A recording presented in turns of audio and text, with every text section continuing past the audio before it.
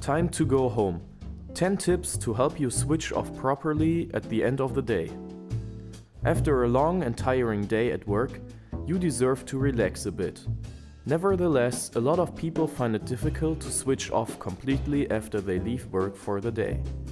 They find their thoughts circling back to work issues even when they are no longer there.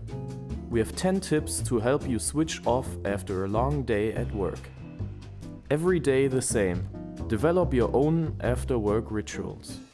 Many of us find it difficult to make a clean transition from work to free time. We therefore recommend the introduction of rituals that mark a clear separation between the two. In this way, you let your mind know that it is time to relax.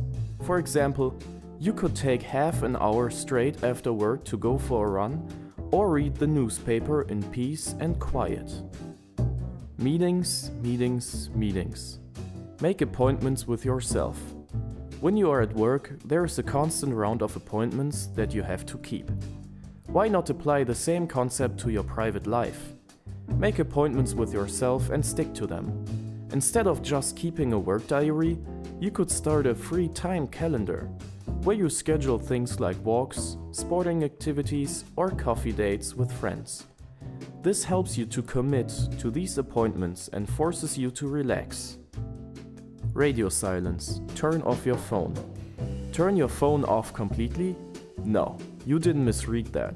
Smartphones may offer us 1,000,001 ways to entertain ourselves, but they also tempt us into sneaking a quick peek at our work emails. If you really want to switch off completely, then that is exactly what you should be avoiding. It can be helpful to switch off your phone for a short time straight after work just to get into do not disturb mode. Combine leisure with pleasure. Take up a hobby. A classic and above all effective way of switching off is to take up a hobby.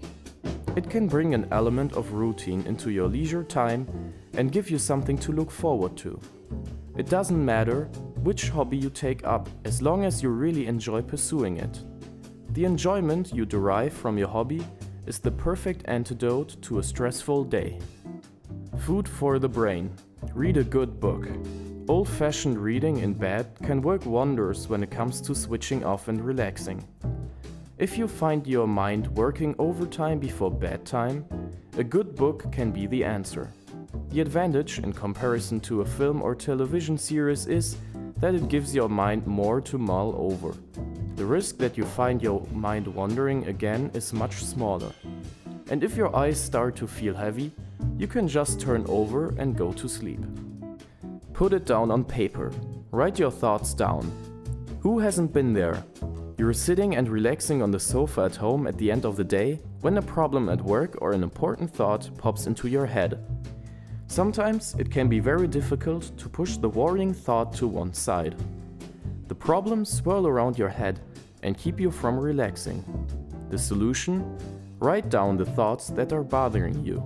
There are lots of ways you can do this. For example, you can simply jot things down on a piece of paper or draw up a to-do list for the next day at work.